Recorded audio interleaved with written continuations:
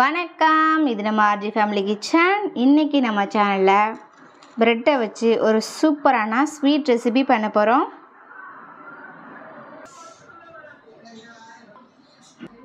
இந்த ப்ரெட்டை வச்சு பாருங்கள், சமோசா மாதிரி பண்ணலாம், அதுக்கப்புறம் இந்த மாதிரி ரோல் மாதிரி பண்ணலாம், இந்த மாதிரி உருண்டை பிடிச்சி பண்ணலாம்.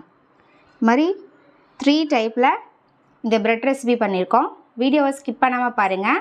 இந்த ரெசிபியோட டேஸ்ட்டு அட்டகாசமாக இருக்கும். இப்போ வாங்க இந்த ரெசிபி எப்படி பண்ணுறது அப்படிங்கிறத வீடியோக்குள்ளே போய் பார்க்கலாம்.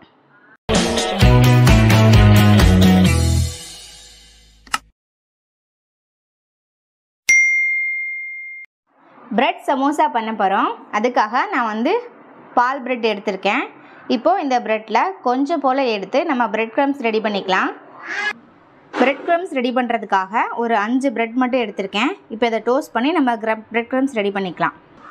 ஒரு தோசைக்கல் எடுத்துக்கோங்க.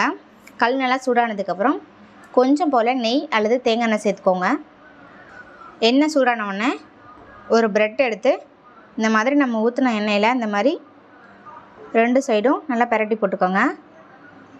இந்த மாதிரி 2 பிரெட்டை வச்சு 2 சைடும் நல்லா கிறிஸ்பியாக வர்ற மாதிரி நம்ம சுட்டு எடுத்துக்கலாம்.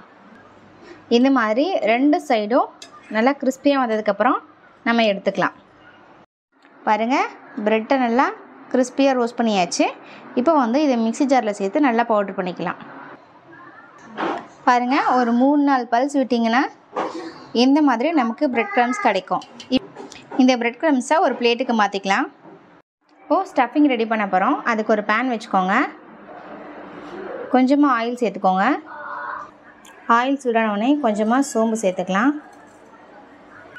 ஒரு மீடியம் சைஸ் பெரிய வெங்காயத்தை பொடியை நறுக்கி எடுத்து வச்சுருக்கேன், அதையும் இதில் சேர்த்துக்கலாம்.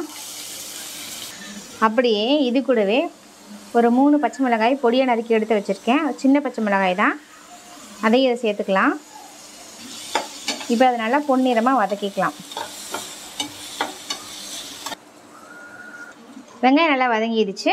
இந்த ஸ்டேஜில் ஒரு மீடியம் சைஸ் தக்காளியை நல்லா பொடியை நறுக்கி எடுத்து வச்சுருக்கேன், அதை இது கூட சேர்த்து நல்லா வதக்கிக்கலாம். தேவையான அளவு உப்பு சேர்த்து நல்லா வதக்கிக்கலாம். வெங்காயம் தக்காளி நல்லா வதங்கிடுச்சு. இப்போ இதில் ஒரு 2 முட்டை சேர்த்துக்கலாம். இப்போ இதில் மசாலா சேர்க்க போகிறோம். ஆல்ரெடி பச்சை மிளகாயெல்லாம் சேர்த்துருக்கோம், அதனால் கொஞ்சம் காரத்துக்கு தகுந்த மாதிரி நீங்கள் சேர்த்துக்கோங்க. 1 ஸ்பூன் அளவு வரமிளகாய் தூள், 1 ஸ்பூன் அளவு மல்லித்தூள், 1/4 ஸ்பூன் பெப்பர் தூள், கொஞ்சமாக கரம் மசாலா. அடுப்பு லோ ஃப்ளேமில் வச்சுக்கிட்டு நல்லா மிக்ஸ் பண்ணிக்கோங்க. இந்த மசாலா முட்டை, மசாலா, தக்காளி, வெங்காயம் எல்லாம் ஒன்றா மிக்ஸ் ஆகிற மாதிரி நல்லா மிக்ஸ் பண்ணிக்கோங்க. அடுப்பு லோ ஃப்ளேமில் வச்சுட்டு ஒரு 2-3 மினிட்ஸ் நல்லா குக். இப்போ எல்லாமே சூப்பராக வணங்கிருச்சு. ஃபைனலாக கொஞ்சமாக கேப்சிகம் ஆட் பண்ணிக்கலாம். இது ஆப்ஷனல் தான், இருந்தால் ஆட் பண்ணிக்கோங்க, இல்லாட்டி ஸ்கிப் பண்ணிக்கோங்க. இப்போ இதை 1 or 2 மினிட்ஸ் நல்லா வதக்கிக்கலாம். எல்லாத்தோடையுமே நல்லா மிக்ஸ் பண்ணி ஒரு 2 நிமிஷம் அப்புறம் நல்லா வதக்கிக்கலாம். ஸ்டஃபிங் சூப்பராக ரெடி பண்ணி ஆயிடுச்சு. இப்போ இதை ஒரு ஓரமாக எடுத்து வச்சுக்கலாம். இப்போ நம்ம ரெடி பண்ண ஸ்டஃபிங்கை ஒரு பிளேட்டுக்கு மாற்றிக்கலாம். ஒரு ப்ரெட் எடுத்துக்கோங்க. ப்ரெட்டோட இந்த 4 கார்னர்ஸையும் கட் பண்ணிக்கலாம். இந்த மாதிரி ப்ரெட்டெல்லாம் கட் பண்ணி எடுத்து வச்சுக்கலாம். கட் பண்ண ஒரு ப்ரெட் பீஸ் எடுத்துக்கோங்க. சப்பாத்தி கட்டையால் இந்த மாதிரி சப்பாத்தி தேய்ப்போம் இல்லைங்களா, அந்த மாதிரி நல்லா தேய்ச்சி விட்டுக்கோங்க. ப்ரெட்டை இந்த மாதிரி நல்லா தேய்ச்சி விட்டுக்கோங்க. தேய்ச்சதுக்கப்புறம் பச்சை தண்ணி தொட்டு இந்த கார்னர்ஸ் மட்டும் நினச்சி விட்டுக்கோங்க. இப்போது 4 கார்னர்ஸையும் நினச்சாச்சு. இப்போ இதில் 1 ஸ்பூன் அளவு ஸ்டஃபிங், நம்ம ரெடி பண்ண ஸ்டஃபிங்கை வைக்கிறோம். இதை அப்படியே மடித்து இந்த மாதிரி அழுத்தி விட்டிங்க அப்படின்னா, நம்ம ஆல்ரெடி நினச்சிருக்கோம் இல்லைங்களா தண்ணியில், அதனால் இந்த சைடு ஒட்டிக்கும்.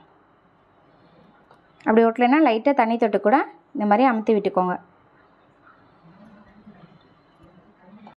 பாருங்கள், இந்த மாதிரி ரெடி பண்ணியாச்சு.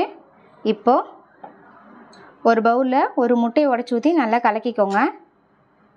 இப்போ நம்ம ரெடி பண்ணோம் இல்லைங்களா, இந்த ப்ரெட்டை இந்த முட்டையில் போட்டு இந்த மாதிரி முட்டை எல்லா சைடும் படுற மாதிரி நினச்சிக்கலாம். இப்போது நம்ம நினச்ச இந்த ப்ரெட்டை ப்ரெட் க்ரம்ஸில் சேர்த்து அப்படியே பிரெட் க்ரம்ஸை இது மேலே தூவி விட்டுக்கலாம்.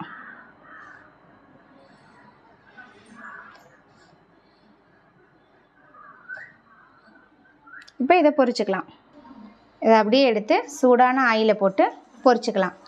பிரெட் க்ரம்ஸில் பிரட்டின உடனே போட்டுறணும், இல்லாட்டி அப்படியே அந்த முட்டையில் பிடிச்சி அது ஒரு மாதிரி ஆகிடும். அதனால் பிரெட் க்ரம்ஸில் பிரட்டின உடனே ஆயிலில் போட்டுருங்க. இப்போ அதை 2 சைடும் திருப்பி போட்டு பொரிச்சுக்கலாம். இதை ரொம்ப நேரம் பொரிக்க வேண்டிய அவசியம் இல்லை, ஒரு 2 நிமிஷம் மட்டும் பொரிச்சா போதும். இந்த மாதிரி வந்ததுக்கப்புறம் நம்ம எடுத்துக்கலாம். பாருங்கள், 2 சைடுமே நல்லா கிறிஸ்பியாகவே ரெடி ஆயிடுச்சு. இதே மாதிரி எல்லா ப்ரெட்டையும் பொரிச்சு எடுத்துக்கலாம். பாருங்கள், எல்லாத்தையுமே பொரிச்சு எடுத்தாச்சு. ப்ரெட்டோட 2 சைடும் மடிச்சிங்க அப்படின்னா இந்த மாதிரி நமக்கு கிடைக்கும். ப்ரெட்டை அப்படியே உள்ள ஸ்டஃபிங்கை சென்டரில் வச்சு ரோல் பண்ணிங்க அப்படின்னா இந்த மாதிரி கிடைக்கும். அதே மாதிரி ப்ரெட்டோட சென்டரில் வச்சு ஃபுல்லாக உருட்டி பிடிச்சிங்க அப்படின்னா இந்த மாதிரி கிடைக்கும்.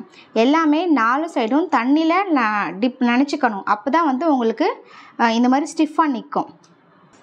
பாருங்கள், இந்த கிறிஸ்பியான ப்ரெட் ரெசிபி எப்படி இருக்குது அப்படின்னு. வெளியில் நல்லா கிறிஸ்பியாக இருக்குது. உள்ளே பாருங்கள், நம்ம ரெடி பண்ண ஸ்டஃபிங்கும் சூப்பராகவே ரெடி ஆகிருக்கு. பாருங்கள், இதை அப்படியே எடுத்து சாஸில் தொட்டு சாப்பிட்டு பாருங்கோ, டேஸ்ட்டு அட்டகாசமாக இருக்கும். இது போன்ற நம்ம வீடியோக்களை தொடர்ந்து பார்ப்பதற்கு நம்ம ஆர்ஜி ஃபேமிலி கிச்சனை லைக் பண்ணுங்கள், ஷேர் பண்ணுங்கள், கமெண்ட் பண்ணுங்கள், மறக்காமல் சப்ஸ்கிரைப் பண்ணுங்கள். தேங்க்யூ ஃபார் வாட்சிங்.